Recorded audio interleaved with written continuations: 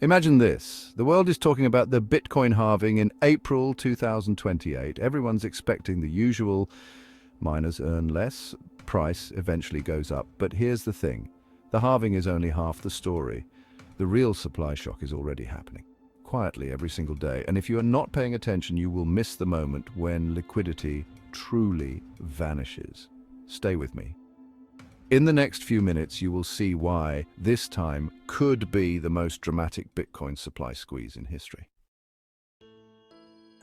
The halving cuts the block reward in half from 3.125 BTC to 1.5625 BTC in 2028. That means fewer new coins hitting the market.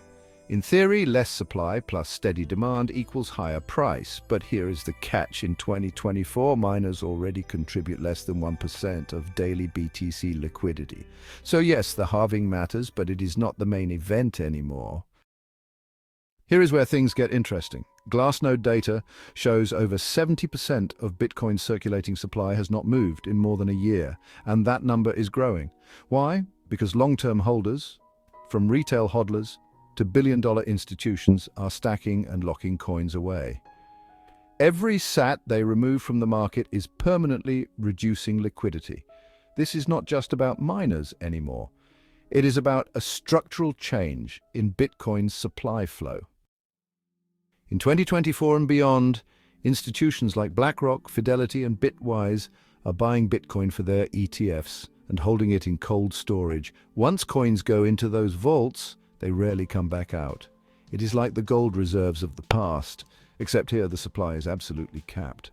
By 2028, analysts project that ETFs alone could lock away 10 to 15% of all BTC in existence.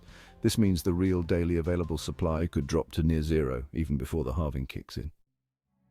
We often forget not all Bitcoin in existence can actually be sold.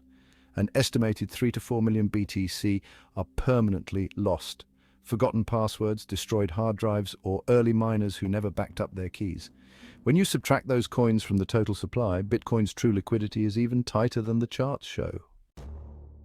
When demand meets such thin supply, price does not rise slowly, it jumps. History shows that after every major supply shock, 2013, 2017, 2021, prices did not just climb, they went vertical. The difference now? This time it is not just the halving, it is ETFs, long-term holders, lost coins, and miners earning less, all hitting at once. If you want to benefit from the next supply shock stack consistently, do not wait for the perfect dip. Use cold storage, secure your coins, think long-term. This is not about weeks or months, it is about the next cycle and beyond.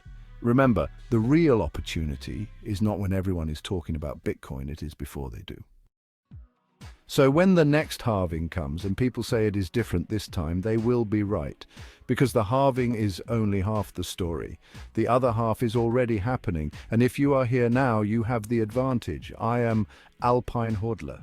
And we do not just follow the market, we read the chain. Subscribe for more OG insights and ride with me into the next supply shock.